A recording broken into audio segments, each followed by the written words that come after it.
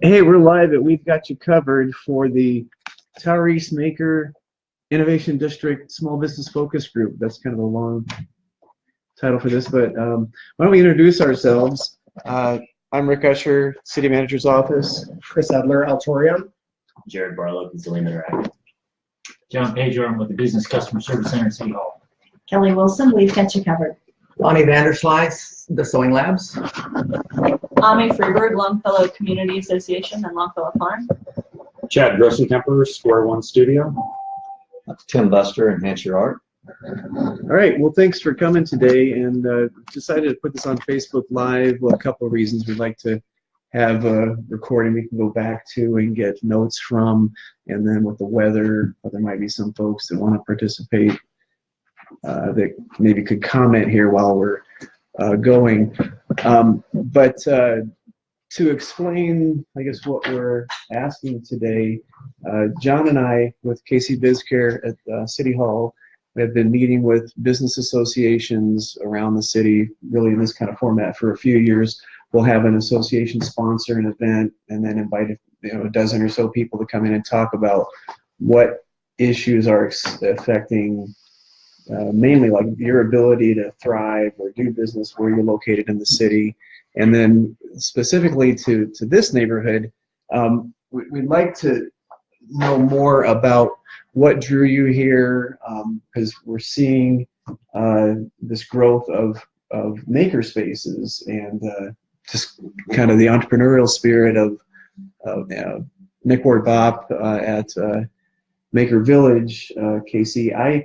I met Nick probably four or 5 years ago at Poco's on Southwest Boulevard coffee shop, and he and Bo Nelson, a couple other folks were there talking about where they wanted to go and where they wanted to locate. And so then he found this neighborhood, and then when you look at it, it makes sense because it's a lot of smaller commercial buildings that are appropriately zoned, I guess, for the most part, right, John? Yeah. For manufacturing and retail sales, and we also have a Shop Local KC initiative that we want to talk about. And Jenny from KC SourceLink might be joining us at some point to talk about that. But there's everybody familiar with the Shop Local KC effort at KC SourceLink? You can put your business on their map, and then we're looking at developing a larger social media campaign to promote Shop Local efforts. Because when you look at with the recent Amazon bid and proposal, a lot of folks in the startup community, entrepreneurial community in Kansas City and nationwide are saying, wow, put some of those incentives in supporting small business growth, and your investment is smaller, your risk might be less, and the job creation is much larger. And Maria Myers at KC SourceLink and Carmen DeHart, there were two presentations to the City Council last month where their We Create Jobs report shows that small businesses like yours are the job creators in the Kansas City economy, and then globally, so nationally. So anyway, we wanted to kind of open it that way, and mainly then John and I, like I say, are here to listen and see what you guys have to say about what's happening. I also would like to know more about the events that you've been having. Wanderfest, did you participate in that? Mm-hmm. Okay, so yeah, I'd like to know more about that, and I understand you're planning another Wanderfest. I'm not. Is that okay. So anyway, that's introductory comments. And It's in my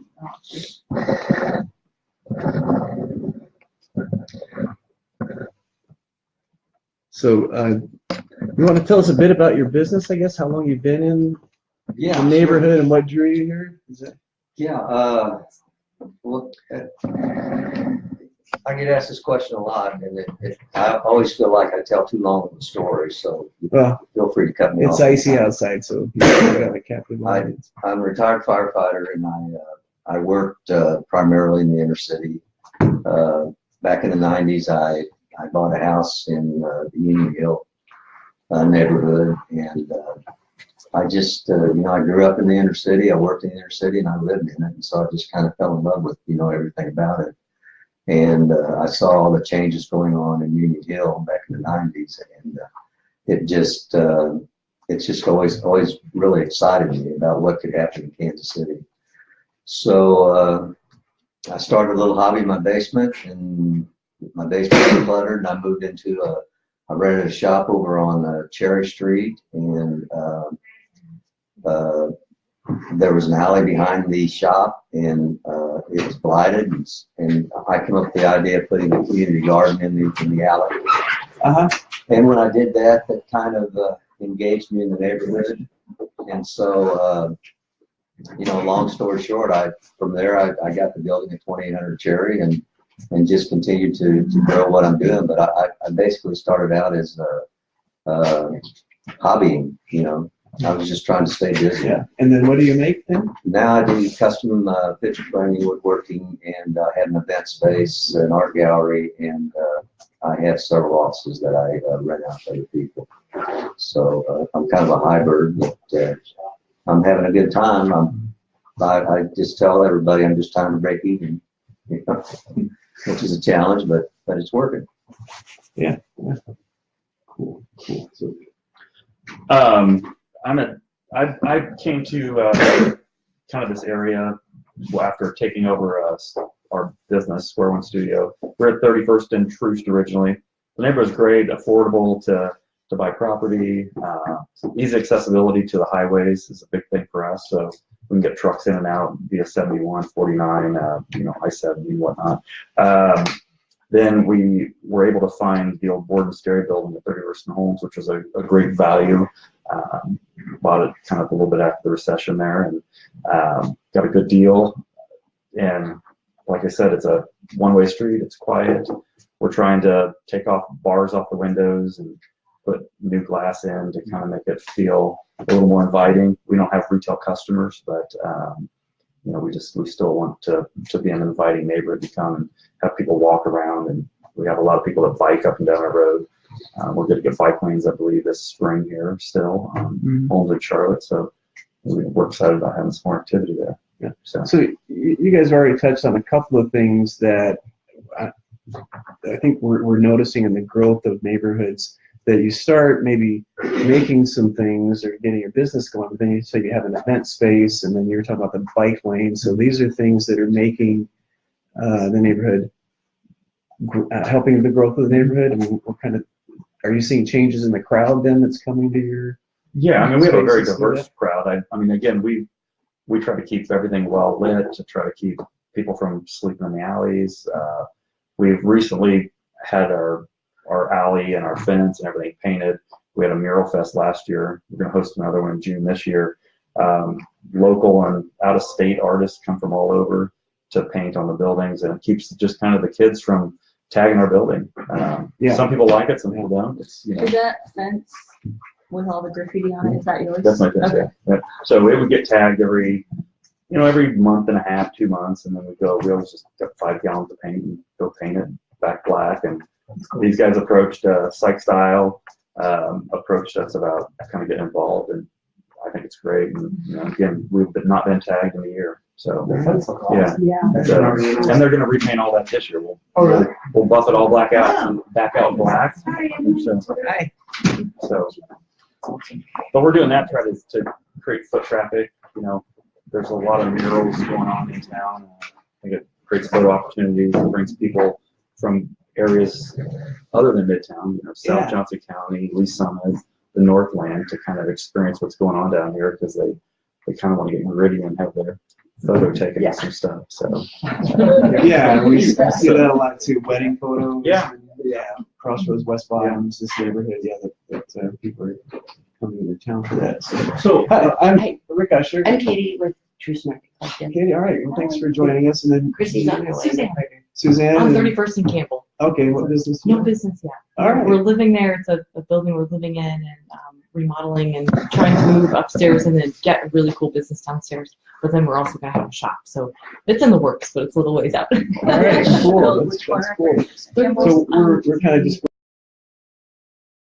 business they have in the neighborhood, what drew them here, and what the. Well, see, I had a question for you, if you don't mind, because you're a woodworking shop, and I assume most of your customers are commercial, and so, but why improve your building in this kind of interesting way? Does that have any value to your business, or you're doing it just because you want to make it an interesting place? There's no value to the business. I just take pride in what I do and what I own, and I want people to respect it. You know, we're doing an initiative now, the neighborhood group, of putting in planters, kind of pedestrian safety, and to beautify the neighborhood. I think you get less people putting trash on the ground. I mean, I have one employee that picks up trash every day of the week. We go out in the morning at 7:30 and we pick up in the alley on the side. So there's like a vortex of wind that kind of blows there. And we pick up all the way down in front of the ice cream lots where they park all the abandoned trucks. And it kind of will catch trash. It makes it look nicer. I mean, I certainly like things to look nice. I like to drive a clean vehicle, and my building windows to be clean, and take pride in what you have. You know, for me.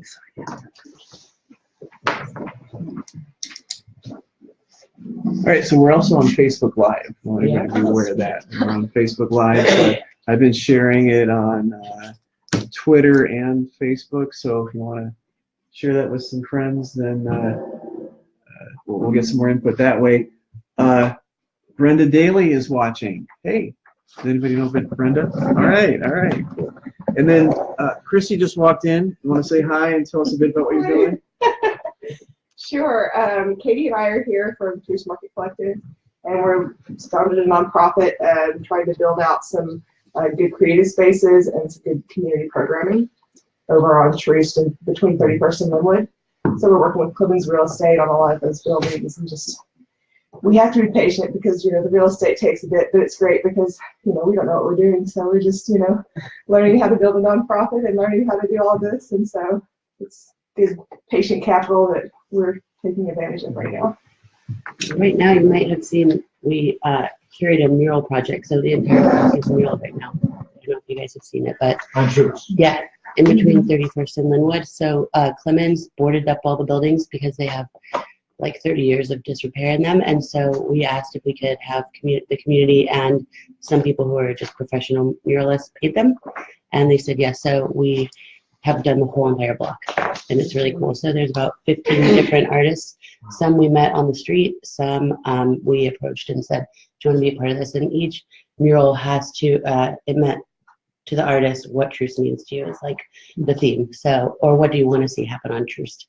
And each artist also had to have some type of tie, like if they were a muralist, either grew up around there or lived there at some point. And so that's what we have going on there now while the buildings are being fixed. All right, that's cool. Hey, Duran Netzel just joined us. Hey there, Duran. Everybody know Duran? Associated with Bike Walk KC, Better Block. So. Oh yes, yeah. Yeah, that's him. He's right there. So this also kind of came up with the ice storms that with high-speed internet connectivity, and we have Google Fiber here. That you can have these kind of distance working or distance engagement opportunities. So, and I do want to thank Kelly and Lonnie for hosting us today. We've got you covered.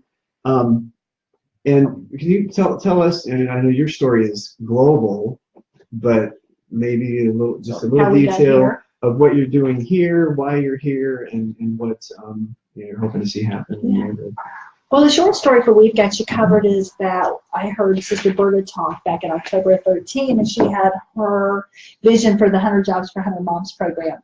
And we were up north, and we started hiring women from Amethyst Place, a transitional housing project, and we discovered that no matter what the job, if you don't have transportation.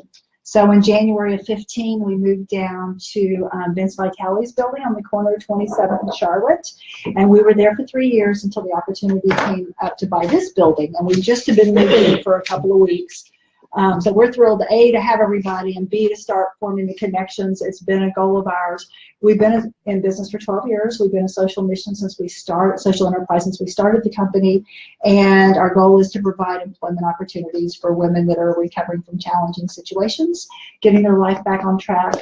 being down here, being part of the community was really important to Lonnie and I. And anyway, yeah, so now explodes from there. You know how that goes. And so I'm going to let Lonnie's the co-founder of the company, part of the move down here involved. Yeah. But Is that okay with you, Rick? Yeah, Lonnie yeah, shares the yeah. other half. So one of the byproducts of having a fabric business for 12 years is leftover fabric. And we were searching for something to do with that. And we got saturated with employees and decided that we needed to make the fabric available to others to do something with. And so we started a nonprofit that's just 2 years old now.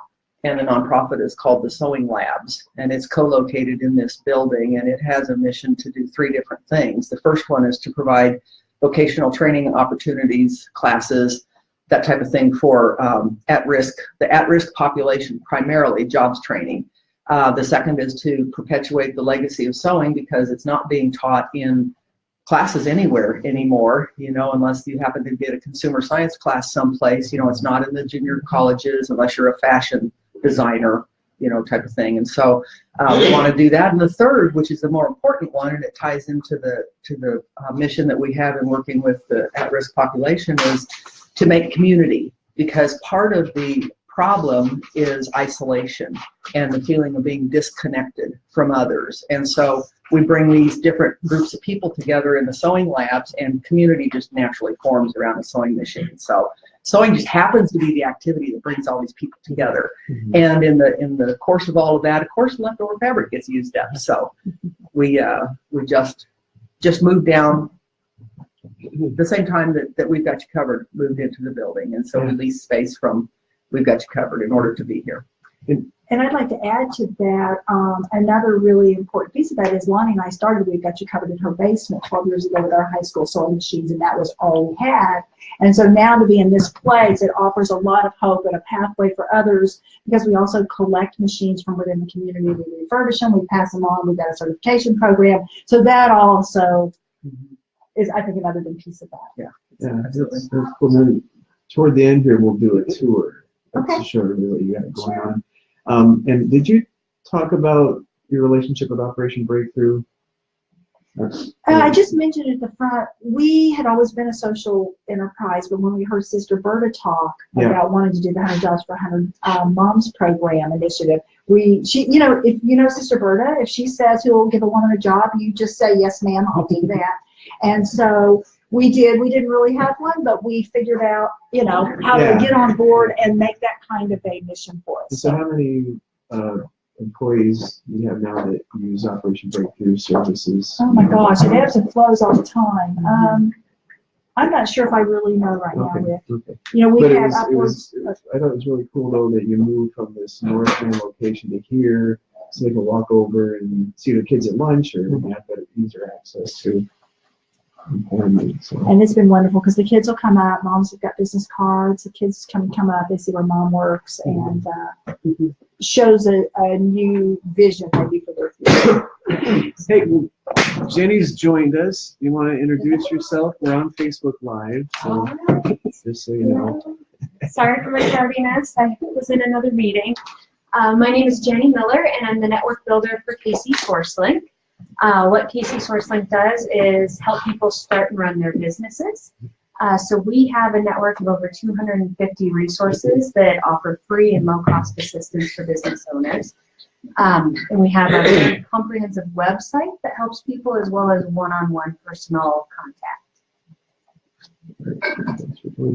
So you said you guys are from El Torreon? Yes. So I know El Torreon's been around for a while, since the 20s. Yeah. And it's I think an interesting reuse of historic building with a lot of history in the neighborhood. So what are you guys up to there? Yeah, we back about 3.5, 4 years ago, the roof collapsed, which probably you saw in the news. And so the building went from about 10 people utilizing the building a week to about a year ago. A buddy of mine took over management of the building and said, hey, what do you want to do with this space? I'd been a teacher in South Kansas City at a school for 15 years or 10 years there, 5 years at another school, and wanted to start kind of an entrepreneurial space where I could jump on with a second leg of my students' journeys and be a for life teacher, whatever that actually means. And so we started kind of renovating the space about 1 year ago, and we've got the entire bottom floor done. The top floor, hopefully this spring, we'll start on the top floor, which used to be the old Cowtown Ballroom back in the 70s. But back in the 30s, 40s, it was like Frank Sinatra, Bing Crosby, a bunch of the old greats, played in the upstairs.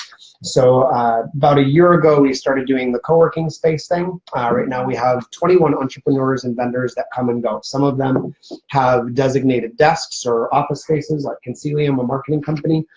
Some of them just come in to host meetings, and some of our side rooms meet with their clients, like Whitney from Cupcakes, one of the KCPD officers' wives that has a cake business. So she brings her clients in and uses our side meeting spaces. So we've got about 21 entrepreneurs and vendors that come and go. And some of them we've started like a beta program similar to like a FlexPod model where we mentor them in their business. How do you file taxes and be a legal business? How do you do marketing, meeting with a client, that sort of thing. And then in turn, this spring and summer, we're starting a mentoring program working with a few different local schools where those entrepreneurs will mentor at-risk high school kiddos. And so we had one of them, for example, that was into photography, so helping him in his business, giving him desk space, that sort of thing. He was mentoring a high school student that we helped finish his GED, and then got him a camera, started helping him learn the photography industry and how to start a photography business as a newly graduated high school kiddo.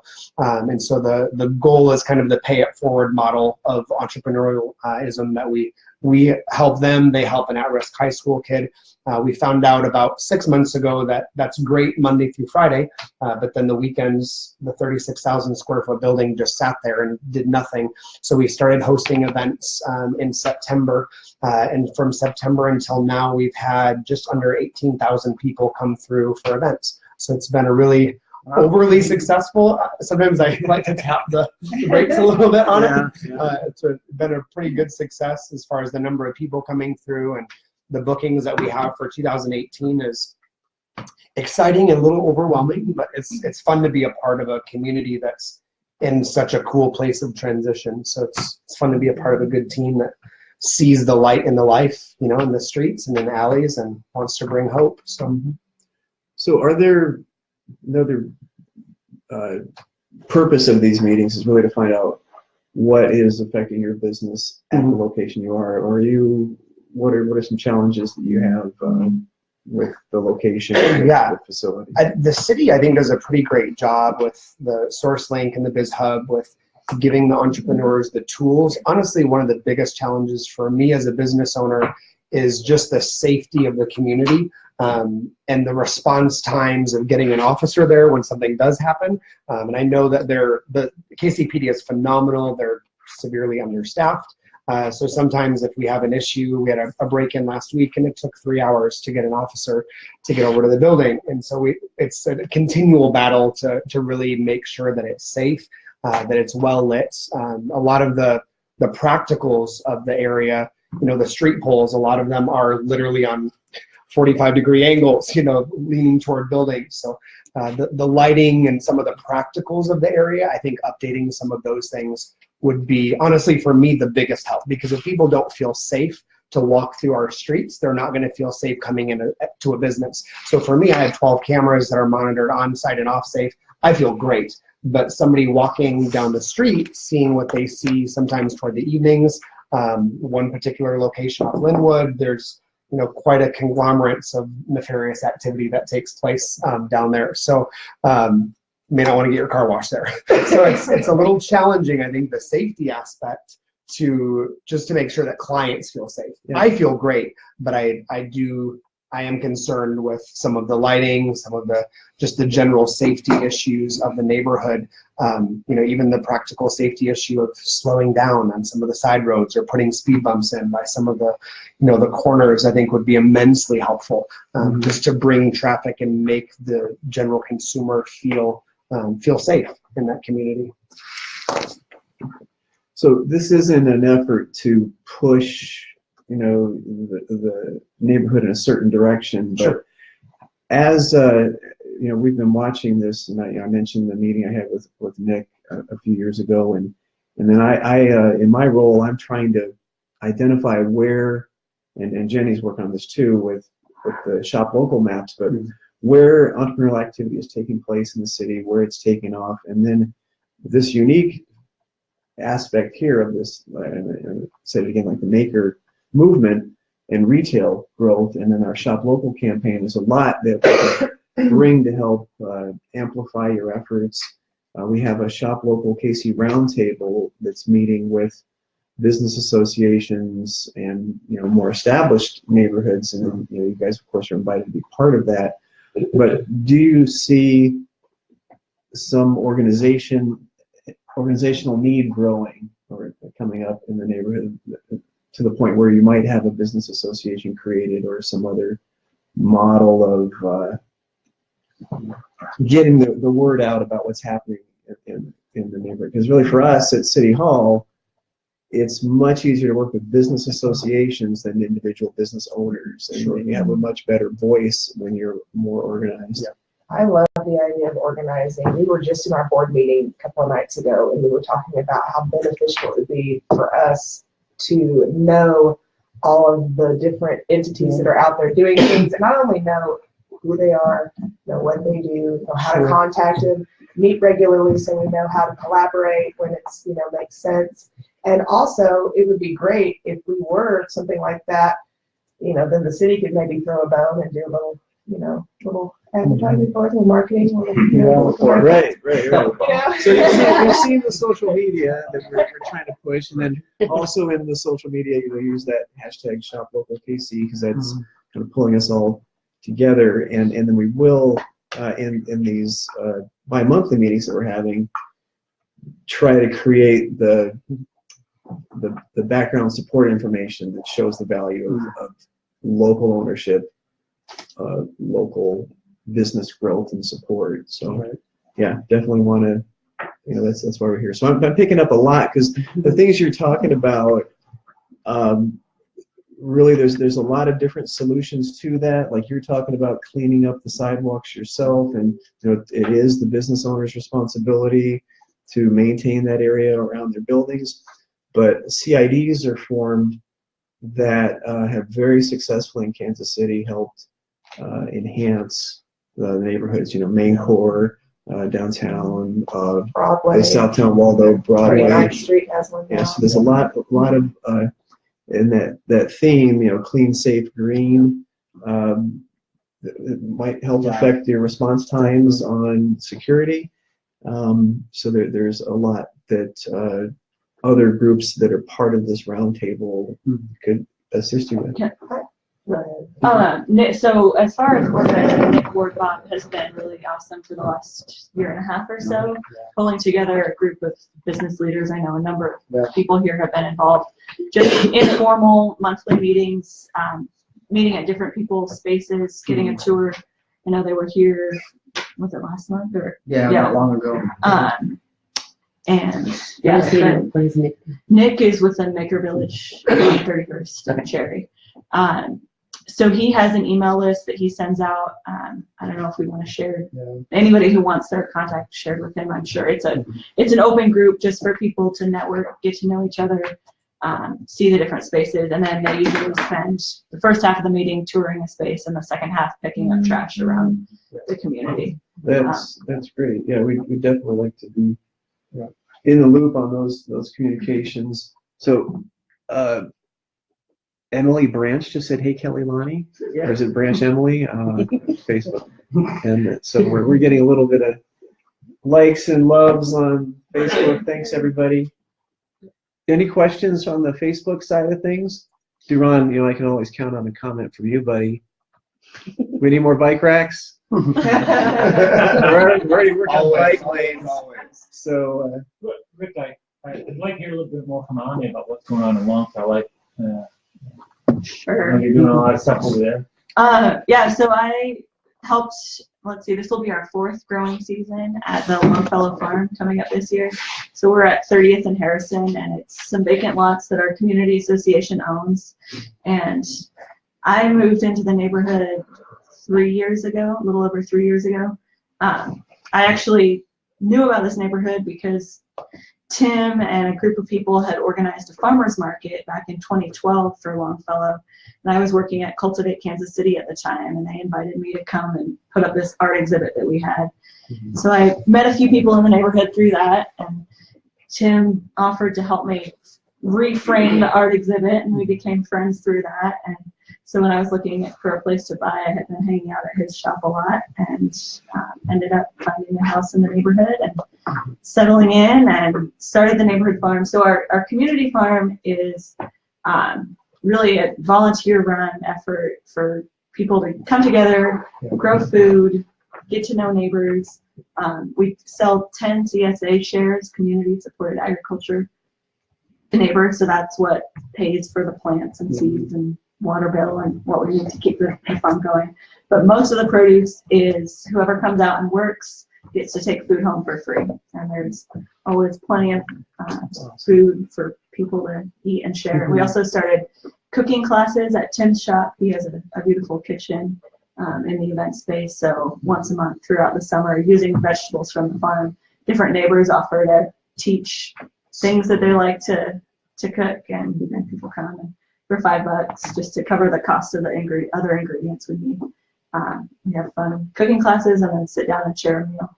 So it's been a really awesome way to get involved with the community and get to know a lot of people. So It looks beautiful down there too. It looks so good. every year it's the weeds, always take over, but it's been really fun. And so everybody is welcome. We'll get started mid-March. I have a question for you. Yeah. So, you're talking about, I'm a big fan of CID just because I've seen what they do and I've seen how they function. I'm a big fan. And I know that they've already filed paperwork for a CID, a Northern Truce CID. Mm-hmm. And McLean Bryant and somebody else, I think, are like the steering committee on that. And so, while we're kind of talking about how we're all kind of connected in this lovely map that I've drawn, where it's not your tradition, thank you. It's not your traditional, just street. We've got like this 31st Street and Linwood cross section, even out to Tracy, and with that huge development, you kind of got this like, you draw a bubble around it. When is the time, and like what is the right thing to do if we wanted to? Do we want to morph that CID into something that's more inclusive, or do you just? Because CIDs are expensive to run, expensive to create. So since there's like all this activity on 31st, Linwood's starting to have a lot more activity. Do we kind of adjust what's being done right now, because it's being done, but not super quickly? So how do we navigate that? What is the solution with that? I think, and so I don't know the specifics of how that CID is being formed, but what I see happening, and I think you guys will agree that this neighborhood is growing pretty quickly, and people are moving into the neighborhood pretty quickly, so it's hard to keep a handle on where things are happening. And we've been just watching it for a while. So I would say, though, if that CID is in the process of being developed, then just contact the folks that are working on that. Mm-hmm. And I know that like the downtown CID, River Market CIDs, Main Street, I think over the course of time, they've been expanded. So there are some ways to grow those, and maybe Southtown as well. So there was a group of us last fall that were talking about 31st Street. I was meeting with the Union Hill president, Hyde Park. Nick Wartbach was participating. So there were some conversations, then people got busy with other things. And I will say, just from the little bit of feedback I got from the Longfellow Neighborhood Community Association, is I think people would be supportive of it right along 31st Street, but if it touches any of the properties in the residential properties, they don't want any. Anything to do with it. So usually CIDs are businesses, right? Yeah, but it's like different from a homeowner's. Well, I think they usually have some kind of boundary, and it might go half a block into like a residential neighborhood to encompass some businesses, and so that's just if we pursue that, something to keep in mind. So as you're saying that, I think in talking to Diane Burnett, the Main Street CID might have expanded further east into Walnut, into some of the residential side. Yeah, Warwick for sure. Warwick, into that. So there's some benefits, but then the concerns I think that property owners have is just the taxes that they might need to pay. So depending on whether it's a sales tax or property tax. It can be. But the thing is, right now, what would be so beautiful about this plan is right now on Truce, there's not a ton of businesses to kind of fund a sales tax on that. But if you made a wider footprint, there are, because there's a lot of 31st, a lot of Linwood, and there's kind of, if you kind of widen that footprint and the services that a CID offers, I think, especially that street presence, that makes a huge difference. Those are things that all of these businesses really could utilize, but I don't know how quickly just an isolated true CID is going to be able to produce anything, because there's just not a lot of businesses there yet. I know Nick has looked at it a couple times to see, how much work it would be to kind of transition this over. Because even on Nick's mailing list with the TowerEast area, there's probably 35 or 45, different people on that mailing list alone. Who came up with that name? TowerEast. We just did as a social, the social so group that kind of gets together. It's not a neighborhood, it's a district. It's a district, yeah. So. Yeah, and that was kind of the first step in him kind of making progress towards CID. Yeah, so the naming, that's what's been interesting for me, because just totally accidentally, I think, by mapping where businesses are coming in and putting some boundaries around neighborhoods, I initially was just calling it Maker Village, because that's what on the map that I've got, and then whoever, I saw that TowerEast thing come up, like totally changed this. But the map is also crowdsourced, so at some point someone renamed it DIY 31st Street. And you have no control of the map, do you? Right. I I don't want it. I don't want Yeah, exactly. this. I want, this is the fun of the positive side of the internet today. Share that map, get that information out there.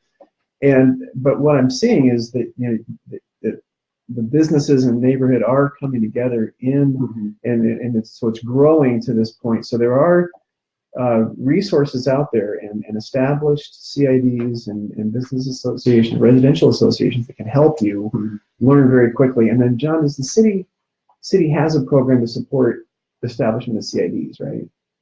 Or I don't know that we formally support it. It's usually driven by groups like this. But isn't there, if someone's setting up the CID, isn't there a fund to help do that? I'm not sure. Okay. So there's some follow-up we could do on that.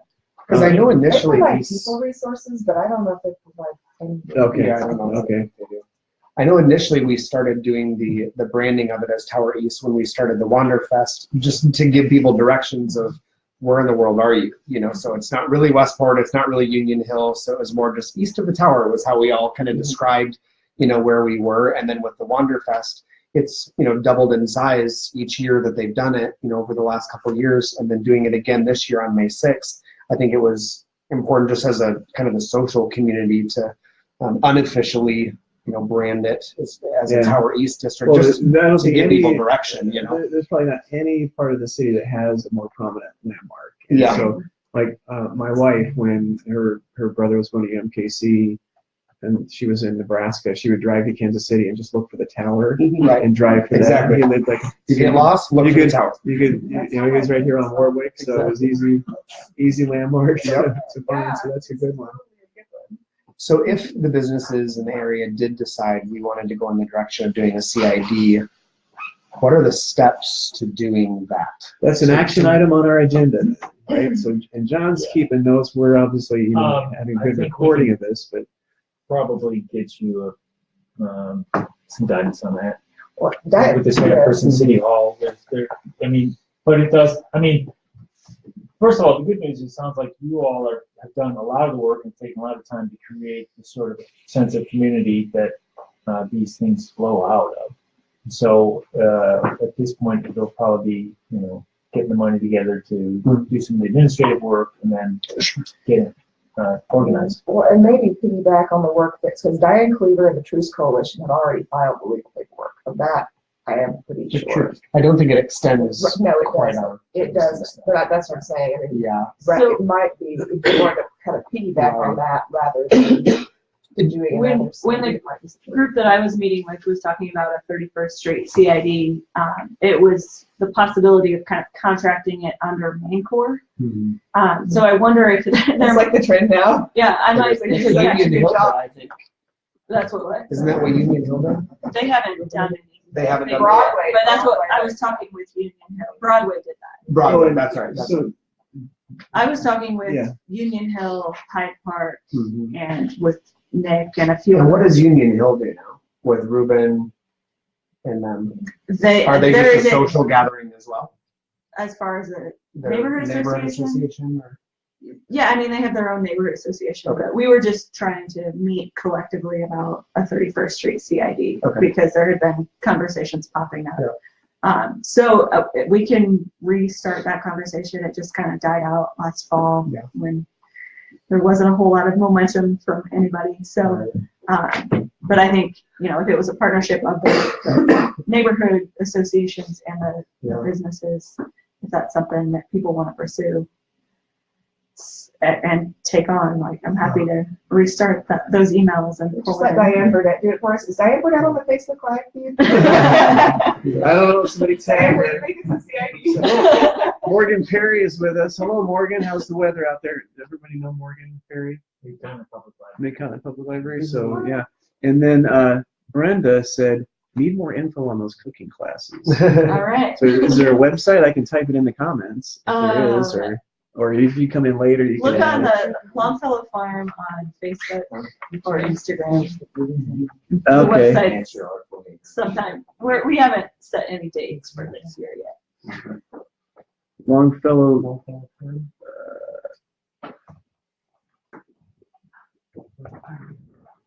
Longfellow Farm. Oh. Is that Longfellow's greenhouses? No. Okay. It's just Longfellow. Well, all right. We'll just. Okay. I can Put that get on there. there and All right. post later. So the CID, Yeah. Well, if anybody is interested in that, I love it. let's For sure. we can restart those conversations with Yeah. Union Hill. It makes the most sense to really make it the whole stretch between Main Core and whatever's happening on Troost. Whether it's its own thing or piggybacking Right. with one of those. See everybody in the room to kind of talk about it. for Yeah. sure. Yeah. And it's definitely not something that I want to drive, but. Well, that's the thing about a new idea. Someone's, Yeah. somebody's That got, wasn't my like idea. Jerry Garcia, something's got to be done, and it's a crying shame it's got to be us. So, Something else as you're moving forward with these conversations is to be more inclusive. So not just the people that are around the table right now. Think of who's out there that needs to be in order to get something like this passed and start inviting them and being more inclusive. yeah, so it sounds like you've been working closely with residents, and that's a good lead into like how existing businesses in the neighborhood and residents are reacting to this new growth, or whether it's being seen as new growth, or 'cause I know a lot of the buildings that are being moved into have been boarded up for a long time. This one was, wasn't it?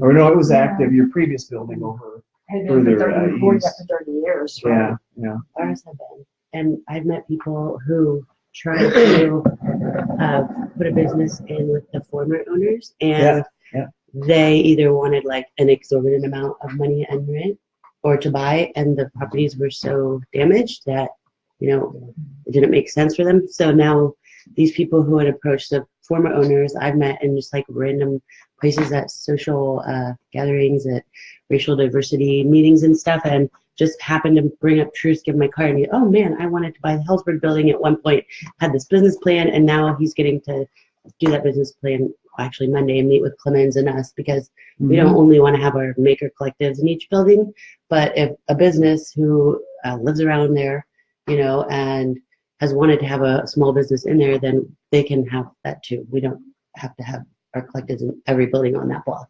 We want it to be people with small businesses. And like the people I meet on the street want food. like not a grocery store, but they want to be able to go in and buy warm food and eat it or take it back on the bus with them. So, you know, we're talking, well, a side note, I run an indie craft fair called the Strawberry Swing. And so I hang out with food truck people a lot.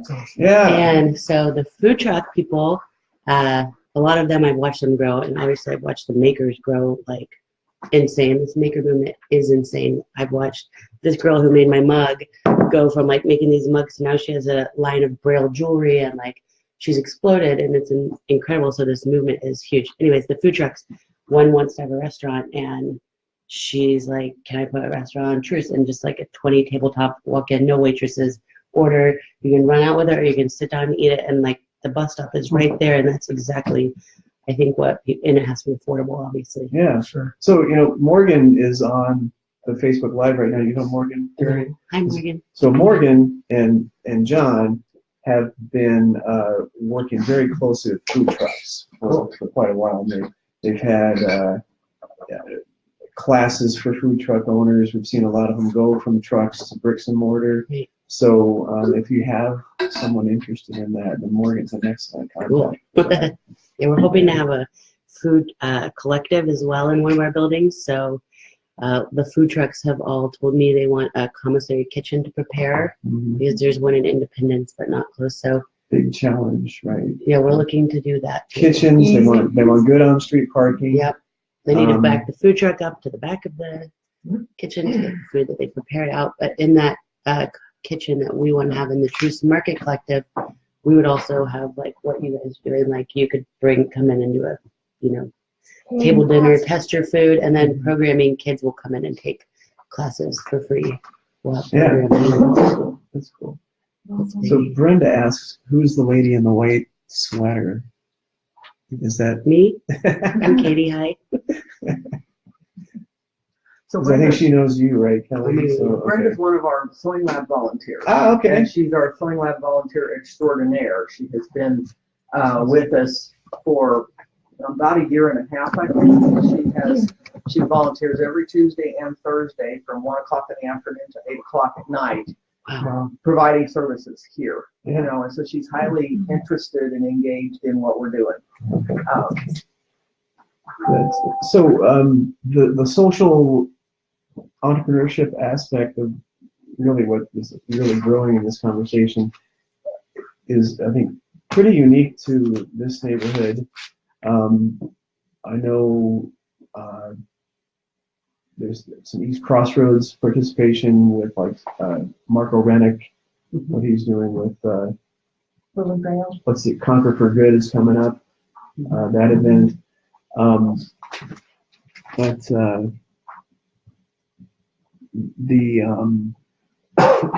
Sorry, I lost my train of thought there. Some social media jumps in the way.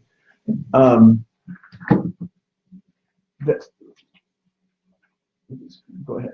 Well, so one of the things that we have talked about is that there's lots of opportunity here, and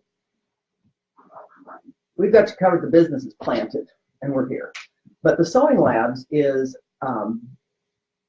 in a position where it can provide launching places for people, just like we started our business with 2 sewing machines in a basement, you know. And so we have hopes that we can provide training that will allow people to then launch their own small business, you know, whether it's alterations or whether it's their own line of art purses or something, or whatever it may be. And so what I see that is missing is this in-between place, because Casey SourceLink and other entrepreneurial established educational programs and all are great if you've already got this in between. But if you're coming from an at-risk community and you have just got your foot in the door, you've just got the tools, and you've just got a little bit of training, what's this piece in between that we do? How do I get the computer skills to get an Etsy shop going? How do I get signed up on eBay and learn to manage that? And you know, so it's this in-between space. And we see that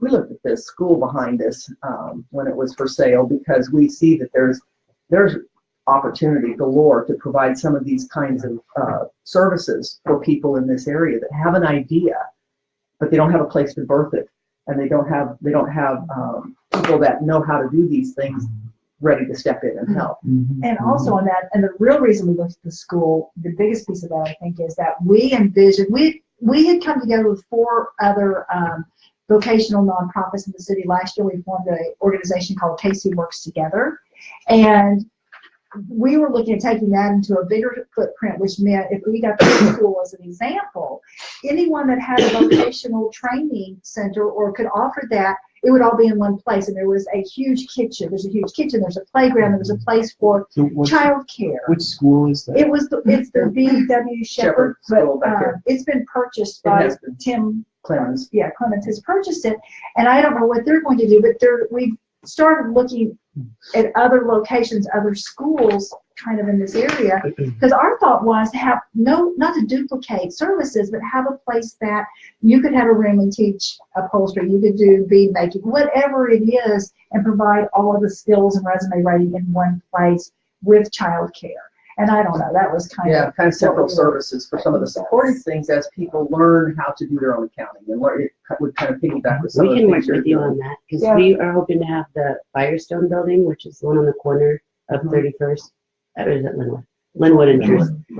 We want that to be our headquarters, so in there there'll be like rooms for just that. So because we are a nonprofit, we would let you guys go in, and we also will have all these people who are expert, like I personally am kind of an expert at Etsy. I would teach an Etsy class.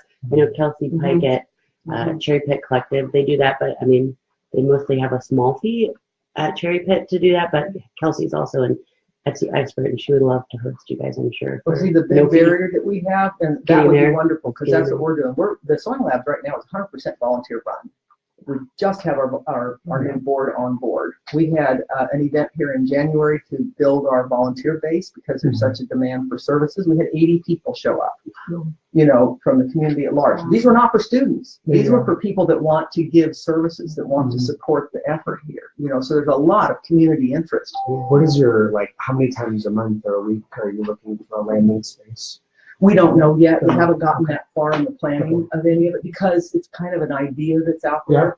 Let's definitely connect. We're doing an event in a month and a half with Single Mom Casey with Misty Hummel. So they're doing a big event in the space, but we do have childcare rooms that are all cameraed, and the teacher and me has to have everything. Oh, absolutely. And that is the biggest so I'd love barrier to see if we can help. see when we offer classes or anything else. There's 2 things. One is people that are in the at-risk community cannot afford to set aside whatever they normally do to show up if there's not a stipend or something, because they still have bus fare, they still have lunch for the day, they still have all kinds of things, expenses that go on like everybody else does, but they don't have the depth of resources. The other thing is child care. If they have children that have to be taken care of, 2 or 3-year-olds or what have you, and no child care is provided, they can't take the classes. And so that's really another piece of what we were looking at, is how can we provide training plus child care? Because we took transportation out of the market because we're here, in the solve the transportation problem. We solved the transportation really problem. Amazing. And now it's thank you and congratulations for that. Well, this may be a really out there idea, but have you thought of partnering with the Francis Institute teaches people how to be child care providers? Partnering with them and making it more all-inclusive and having, you're coming to get trained for this, but your kids are being watched by people that are looking to open their own child care centers. That is kind of the basis of what we're thinking about. If we had this, just bringing, using the school as the vehicle for the vision, that's what we saw, was that kind of thing, and having everyone come in and be partners within this overall. And have you met Myron Kant? It's more feasible too. If they're getting training, Absolutely. it's all So, on. Kelly, have you run into Myron Kant? And I think that's his name. He runs the daycare on Prospect. What is it called? Kitty. Oh, yeah. Really successful daycare. He's expanding. Might be a good resource. I'm working with Myron through the Prospect Business Association, and you mentioned Clemens Realty a number of times. Cheryl Vickers has been really active in that association and with Main Core in the neighborhood here to try to assist with these. So that's another. I love that you guys are focusing on skill building. So for us, it's about, co-working spaces for creative entrepreneurs, kind of giving them the skills to expand their business and make it more sustainable, and teaching others to do that who don't have that experience. but a lot of, like, we've made it very clear that, you know, teaching skills is huge for building community and really helping community. And I wonder if KC Rising might not be a good organization to maybe tap into, because KC Rising is kind of like, I mean, it's like all the corporations in town, and they all get together saying, here's what we're going to need to employ Kansas Cityans for, you know, the future. We're going to need to have these skills and this kind of stuff. It seems like there might be a good opportunity there. I also talked to, who's the guy that just left Port Authority, went to J.D. Dunn? Oh, Michael Collins. Michael Collins. I was talking to him about, you know, kind of bringing more vocational training opportunities here, and that having maybe a non-traditional access point, you know, to where it's just kind of a, it's an easier thing to think about doing and an easier thing to access. Yeah. So, you know, there's another neighbor, Journey to New Life, and I talked with one of their board members last year about the program they have to help people returning from incarceration learn job skills, and so they were talking about opening some kind of business that would help them learn those skills. So I was promoting a coffee shop because part of this innovation district tracking really shows that coffee shops anchor and kind of a quiz about how many coffee shops does it take to define an innovation district, and really, and I mentioned the Prospect Business Association. There's really not a coffee shop in the neighborhood. We do have a Ray of Hope with Urban Cafe at 42nd, 43rd, and Truce. They're doing some good stuff, and it's locally owned business. Ruby Jeans just went. Ruby Jeans, right? Chris Good is another. They don't have coffee. They do. But what they do? Yeah, just. Oh yeah. When did they have coffee? I think there's going to be a coffee shop across from them too. Yeah. Yeah. So they are this, you know, third space community gathering spot, a step down from a co-working commitment that you can. There's a whole, as I'm looking at this, a whole Coffice trend out there, and there's a, what do they call it? The Coffice is a organization that really is kind of across Eastern Canada, and there's a Twitter account you can follow that kind of teaches you the etiquette of running your business out of a coffee shop.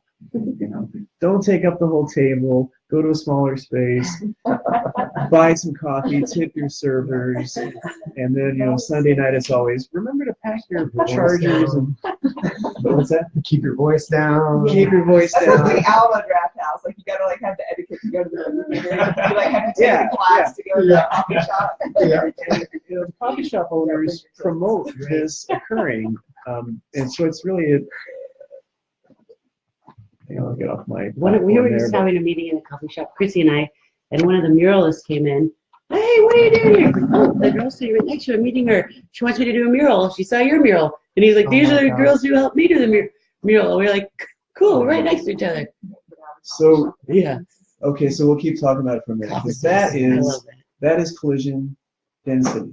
Yeah. And so one of the things I'm looking at on this coffee shop idea is a collision density index. What coffee shop are you most likely to hang out in and run into somebody that's going to help accelerate your idea to the next level? Or what kind of connections can you make to someone? So it doesn't happen in my office at City Hall. It happens sometimes in KC BizCare because there's business owners coming and going all the time you can introduce to each other. But that's part of our role in city government, your role in supporting your neighborhood, of connecting people. So that's pretty cool. We go to Urban Cafe like almost every day. Urban Cafe is the spot to like collide. That is great. I think Reconciliation Services is going to do a coffee shop. They're going to have the first Pay What You Can Cafe as well. Yeah. So that would be we really got the amazing. plans for that. Yeah, Father Justin's been doing some cool stuff there, and so then we occasionally will have office hours events, and we'll do that at coffee shops or libraries. We'll do libraries sometimes too, but I'm really trying to push Kaufman to move their Million Cups app, gamify it by letting people earn cups through introductions, you know. So That's kind of Evan Absher, if you're watching, you know, improve that app. Along the lines of the whole childcare thing, I know that coffee shops are great, and I personally love coffee shops. You go to drink coffee; they're great places for collisions. But Katie and I kind of had this concept about doing something that had kind of a little play area, if you will, not like something big and huge, just something like small and like IKEA out, but maybe partner with like the Reading Reptile and have like a little book nook, to where moms who like have kids or people who've got kids, they could go meet for a sandwich too. When you go to Urban Cafe, Justin has a nook that's got some toys in it.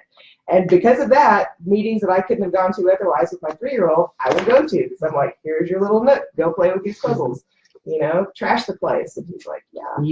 And but so, you know, I also think that, you know, considering the community that we're trying to work within, and, you know, looking at barriers to entry into some of these things, that might not be a bad thing to consider, is how can we, without putting daycares in every single place that we, you know, are looking at kind of building out, like looking at just the small things that kind of lower that barrier to entry for people that aren't just young and single and got some cool business idea.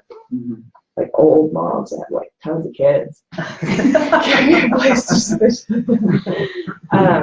So, and Mr. Kaufman, if you're there, I would like you to help me do that as well. Yeah, you know Rick, right? He'll vouch for me. Mr. Kaufman. Yeah, whoever's at Kaufman. Wendy, yeah, maybe we can get Wendy Gomez's attention here. Hey, Wendy. And Victor Wang, you know, we talk about, you know, zero barriers to entrepreneurship, and yes, you know, like I would not go if I had a kid. I would not go to Monarch Coffee Shop. Just wouldn't. I go to Urban Cafe. I might go to Ruby Jean's, but like pretty much I go to Urban Cafe. It's the only place that I know that just has a little nook. It's got some puzzles and a few little things over there that my kids. So you're a hashtag mompreneur. Oh yeah. Right. Cool. I didn't know it was a thing. But It's a I thing. am that. It is a thing. It's a thing. Yeah. Yeah. Right. I just tweeted Urban Cafe. Shout out. Yes. So Shout out. we're also, you know, trying to figure out how to pull. And so I don't know if we have 4 viewers online, but if anyone has some questions, I don't know how long are we going to go. Are we going to go till 11:30 or 11? You wanted a tour too, didn't you? Oh yeah. So so we can respect everybody's time. If you want to take a quick tour, Or whoever wants to. let's do that, and then you have, I don't know, I gave a lot of folks my card, so. I can send out an email to everybody who signed up on the list, just making sure everybody's connected. Yeah, because we want to keep the conversation going. Obviously, you know, the challenge that, you know, we have when we hold these meetings is you're going to identify issues that you want something done on. So, you know, you mentioned some street lights. Yeah. And the street light poles have a number on them. There's a number on them. Yeah. If you tweet those to @KCMO311 and just say, this pole is leaning precariously, or this pole isn't working. They were out about 8-9 months ago and said they were going to replace it. So Okay. hopefully that will happen. Well, you didn't tweet it. I didn't tweet it. Okay, so tweet I don't usually like the public. So, you know, Now I'm on Facebook Live saying so, they you know, marked the ground. So here's the risk I'll take. Tweet that, and then also tag me, okay, sounds good. and you know, that'll put my credibility out. Wonderful. But our public works folks, they're pretty cool about their All right, street viewers, lighting you've heard that system, live. All right. So if anybody have any last comment or question? I just want to say that you know, we moved. I have a small marketing company with a small team, and you know, we're growing, you know, slowly but surely. But every time I interview anyone and all the staff that we have, everybody wants to get involved in some way. And so, you know, I think we talked a lot about, you know, forming these organizations, these efforts. There's a lot going on already, but I do think that, you know, it'd be valuable even to a business like mine to have a platform where that's kind of marketed locally. I think most of my employees and prospective employees, they're looking for something close to home or close to work to do and be active. And I actually believe that it's you almost consider it like a work perk to say, hey, we're involved as you know, in the local community. and we can help you out. We'll introduce you, these different efforts and get you involved. And so, yeah, so like I said, I mean, it's something that we came here due to kind of co-working kind of piece and scalability of office space and things like that. But I think that's a big thing moving forward that we're going to be looking into. So, cool. Hey, Chrissy. So Christina Simbeck on the Facebook Live says, I have a business in the West Bottoms that if you would like to have a meeting space for you and we could have a little play area for you, can ask cafe to be open as well. I don't know which cafe that is. What's down there? You got, what's the one with the motorcycles? Blip, yeah, Blip is, I don't know, Christina, so yeah, if you put your location in there. Yes. And the West Bottoms folks have been involved in the Shop Local KC Roundtable. If you go to KC BizCare's YouTube channel, the video of that first meeting is there, and then I'm going to post this one there too once we get back. So Yes, just like tweet out calling all, hashtag Kansas City, hashtag mompreneurs. yes, And then we'll know where to go. yeah, cool. And Eastside Collaborative, you've heard that one that's it's just opening in Usazi Village. It's a Tuesday only thing, but I would think they're probably kid friendly. Yeah. If you want to know all the co-working spaces, you can go to KC Co-working Alliance, and that lists them out and gives contact information, Yeah. so you can go see everything that's there. Yeah. So these are all such good resources. It's just Yeah. right in front of me all the time. It's called KC Sourcing. I have like 40 maps of I Casey know. Porcelain. I have 40 it maps. Your little bicycle map Yep. that I took that I'm going to give out to my makers at the next craft fair. So everyone can have them. All right, well, keep us posted on the next Wanderfest. May 6th. May 6th, okay. And then, I want to mention, we are putting together our board of the sewing labs. We want to have an event in our parking space over here, and I need to find out about permits and all that kind of thing. But when we moved from 5 blocks down the street, we had extra fabric we couldn't get rid of. We put it in the parking lot, and we had swarms of people coming, Wow. artists, Yeah. etc., that came to pick this up. We're wanting to do some kind of a pop-up where people that have made things can have a table, and we want to do kind of a spring kickoff celebration type of thing, and talking about food trucks and things like that, So Doing that during Wanderfest, I don't know if the I timing would- would work out. You could use our lower ballroom if you wanted during Wanderfest, because we did a lot of stuff like outside the bouncy houses and stuff for families. But, we could look Well, at some of the places and see if you I'll need wanted to find out join more in. about Wanderfest and Yeah. see. That could be a great fit. Okay, thank you. May 6th? Makes sense. Okay.